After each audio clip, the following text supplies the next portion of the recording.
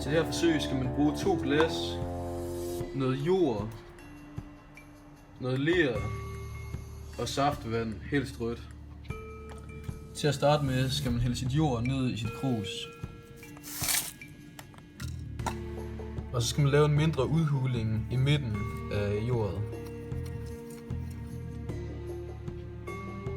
Så skal man så hælde sit saftvand ned i udhulingen.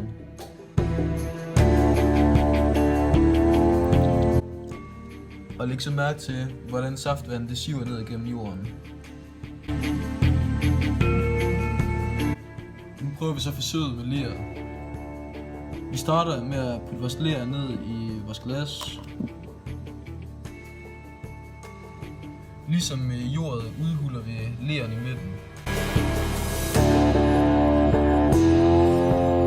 Så hælder vi så saftvandet ned i udhulingen i leret.